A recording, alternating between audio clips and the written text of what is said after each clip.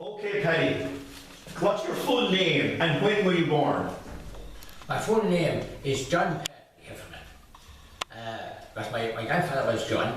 I was called John, but I was born in the 15th of March 1944 and I was christened on St. Patrick's Day, so that's why they call me Paddy.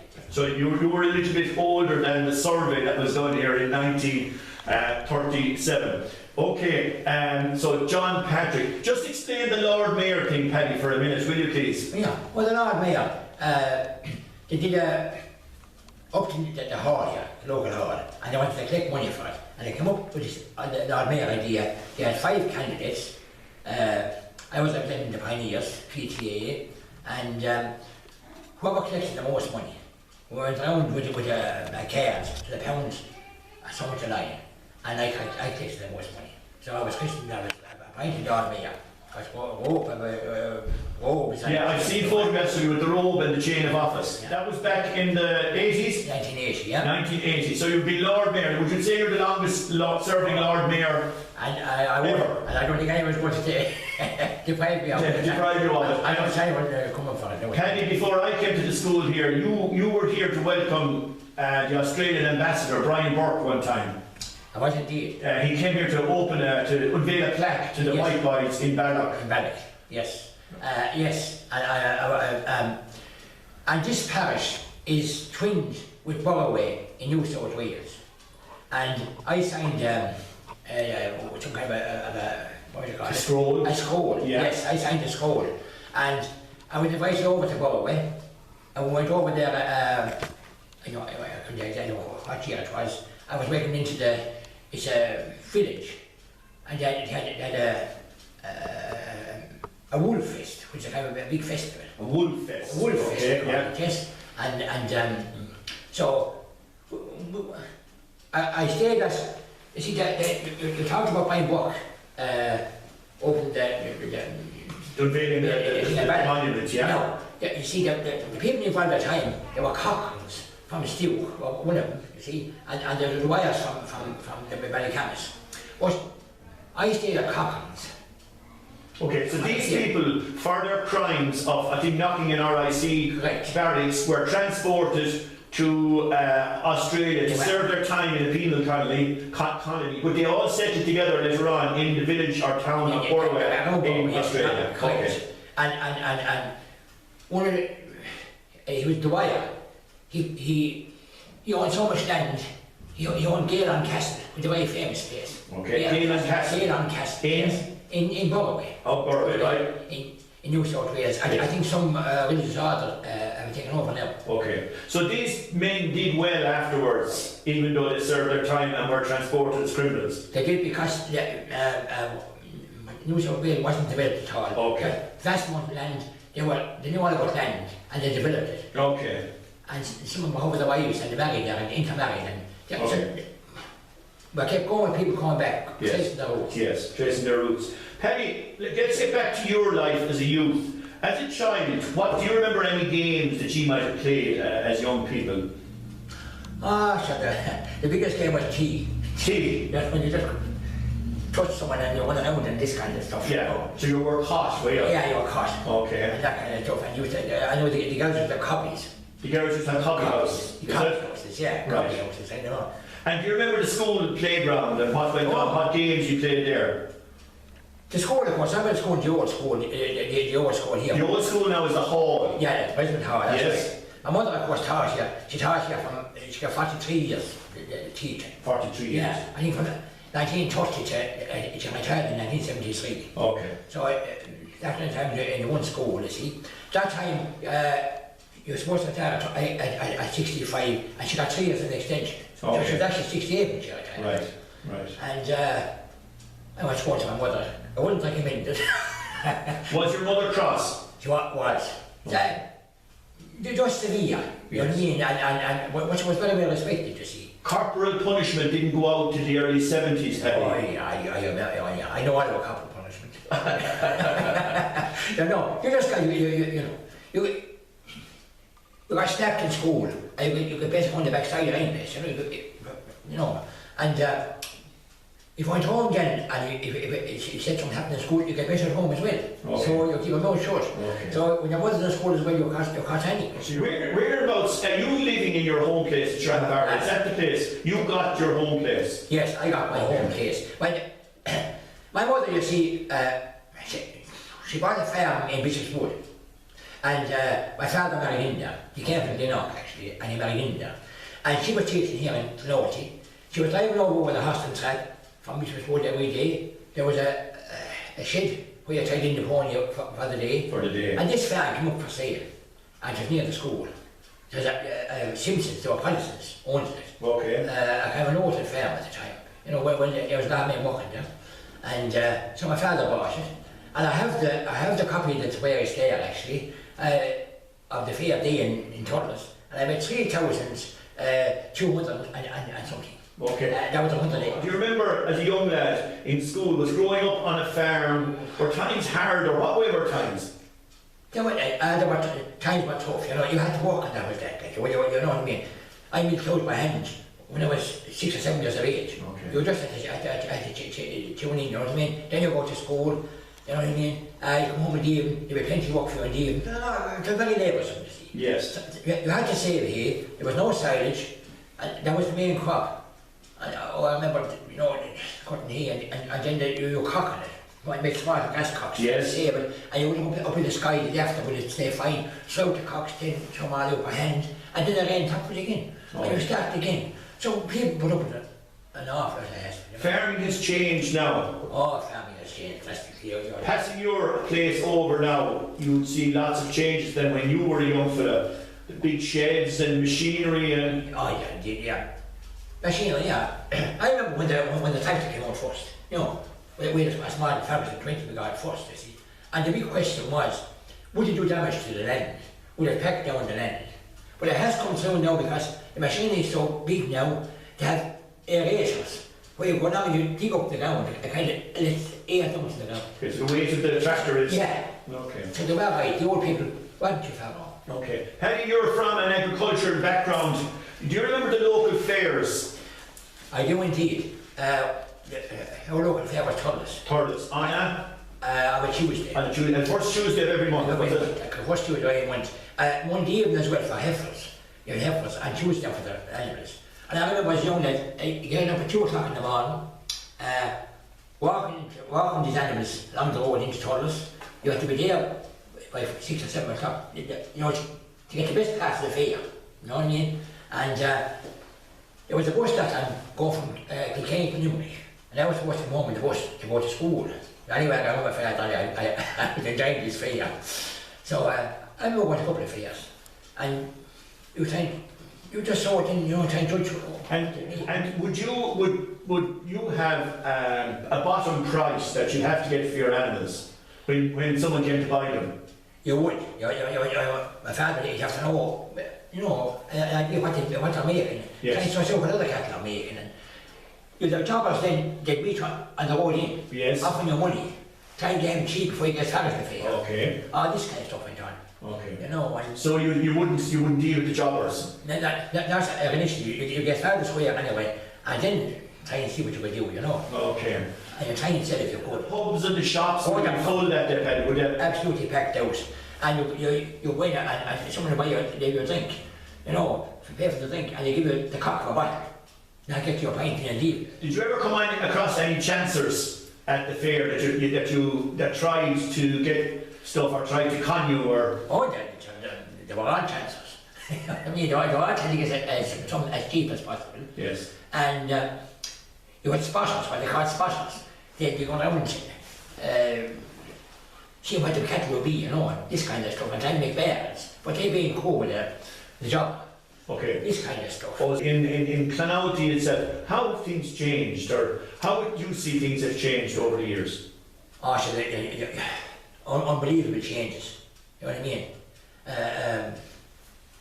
Look, there was 2 pubs here, so there was Tony Brennan, the famous one. Tony Brennan, the famous one, yeah. Amish was across the road. Amish, yeah. Yeah.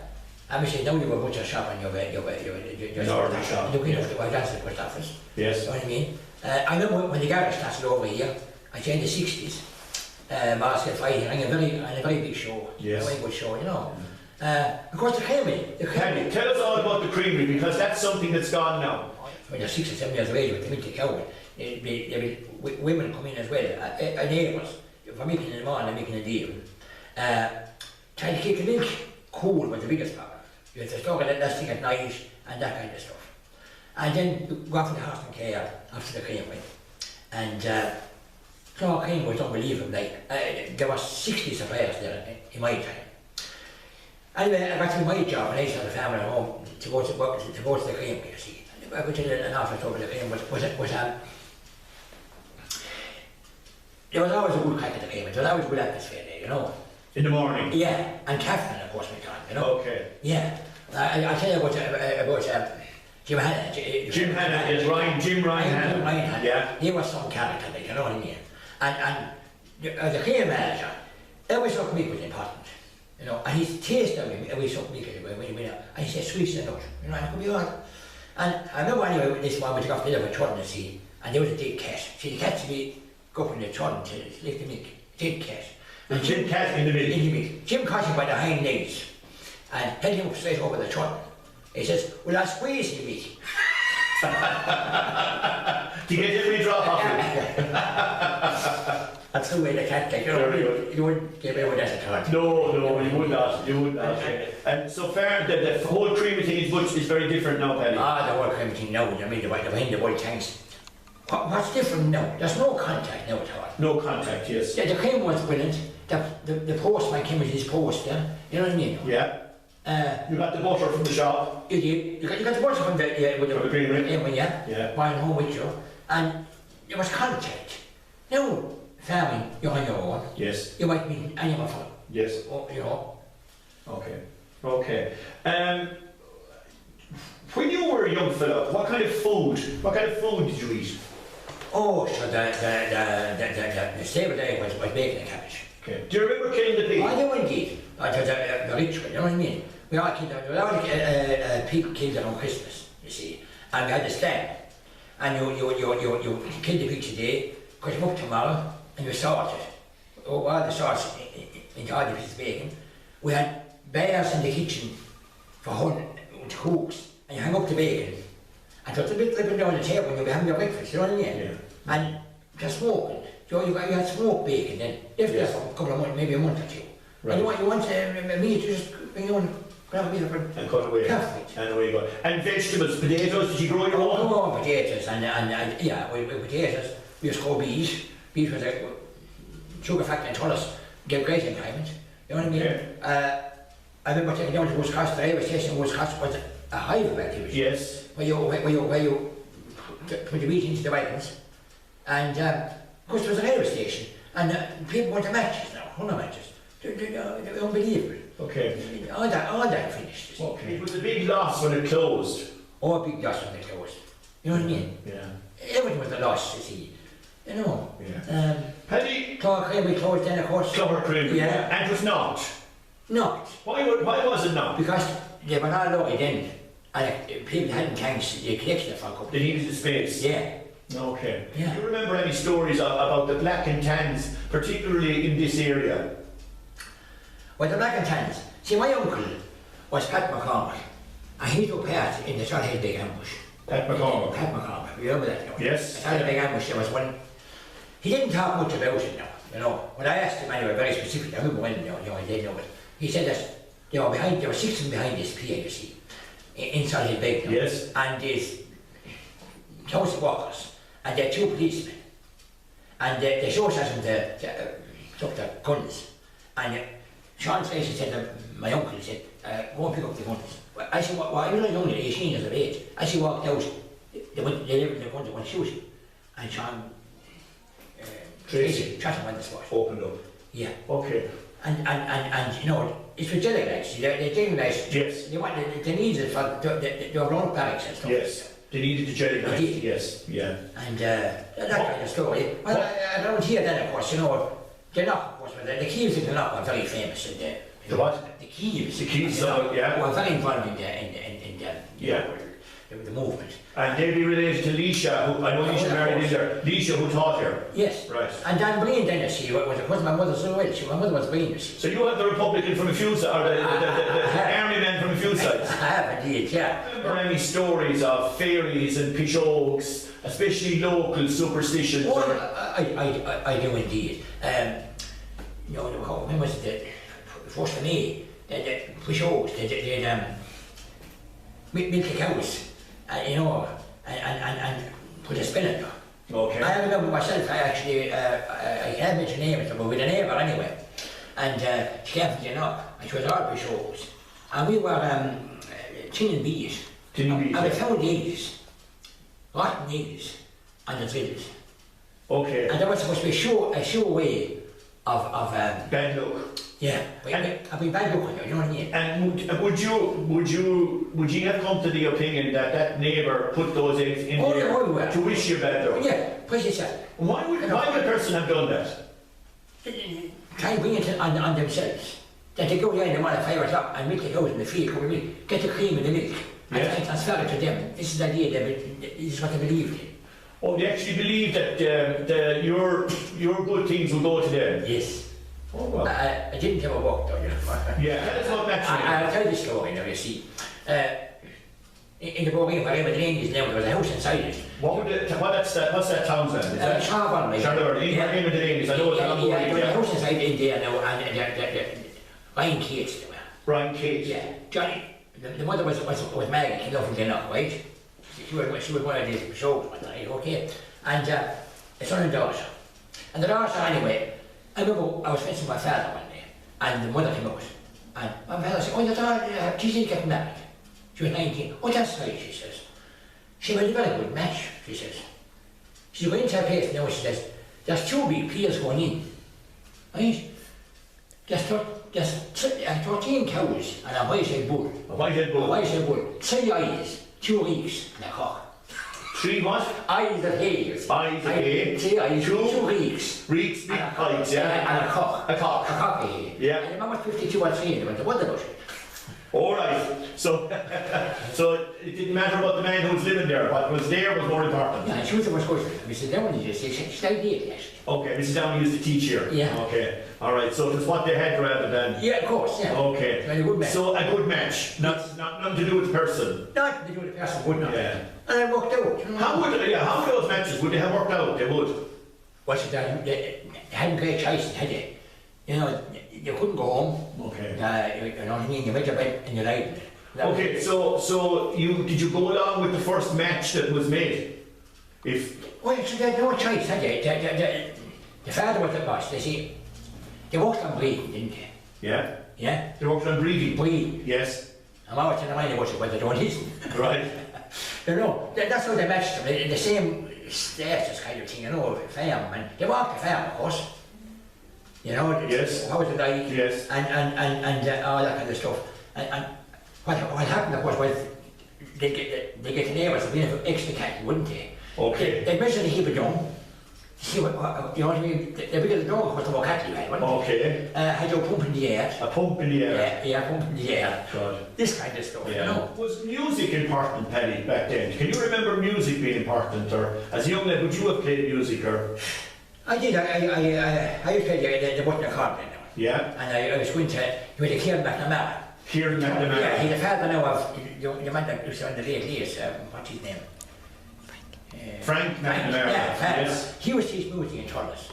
All right. Yeah, and he teaching the tick, and he was teaching home in his house. And I'm a house dances. House dance. House dances. Okay. You know what I mean? Was that your way of socialising as young people? So yeah, something like that kind of, you know, it was. And for then, of course, the dancing, of course, was the main, you know. Yes. We go up at the time of the ballroom dance, the light show bands. Would you have gone to the platforms at the crossroads? Yes. Where were they here, Paddy? There was one here in Tony Williams, him that. In the pub next door? Yeah, do you remember I it? do indeed. And would people come from miles around? My mind's on it. And I'll tell you a very good story. Okay. Timmy Hamilton told me this now. You was going to Dundrum, diocese in Dundrum, you see, 3 farmers. And cars wasn't great. And there was no brand new business inside where in town, opposite the market, what do you call it? Everything. I wasn't the time. Anyway, the way they cycled in the anyway, see, no tell what he covered, he's looking away and they're looking at some man. Come on, he said, one said, we'll go home, he says, I don't want to see anything here, he said, there was fish in the milk store.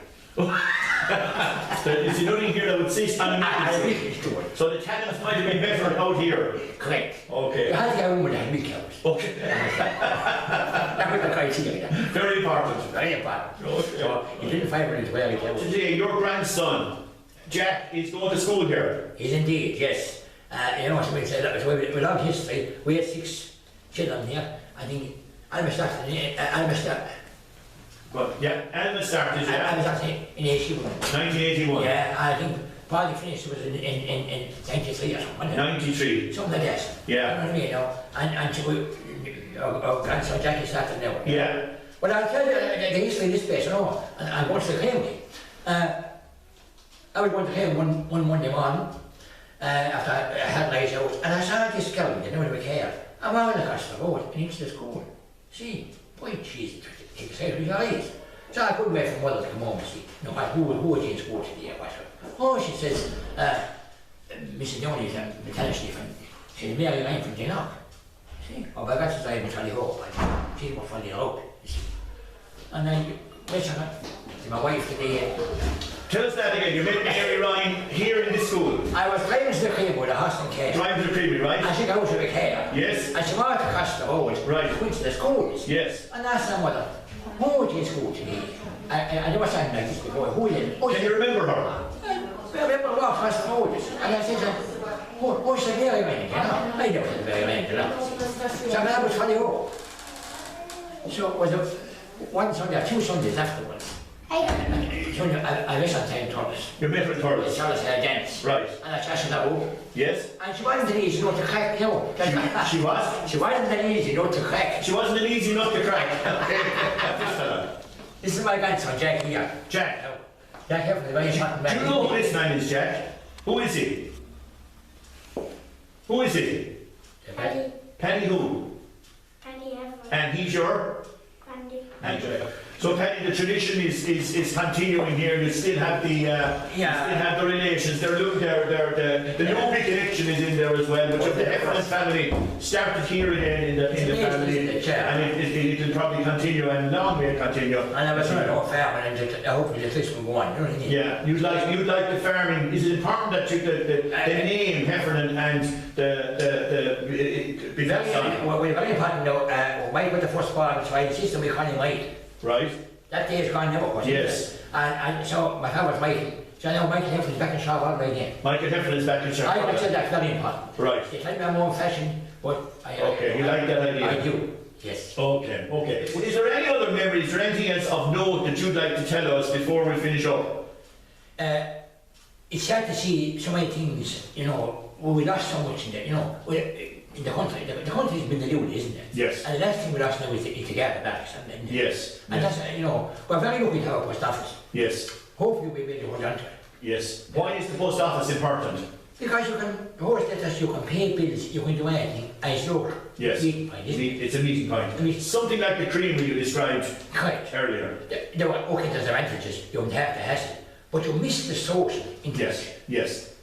Okay, Paddy, that's great. Thank you very much. Okay, thank you, no problem. All right.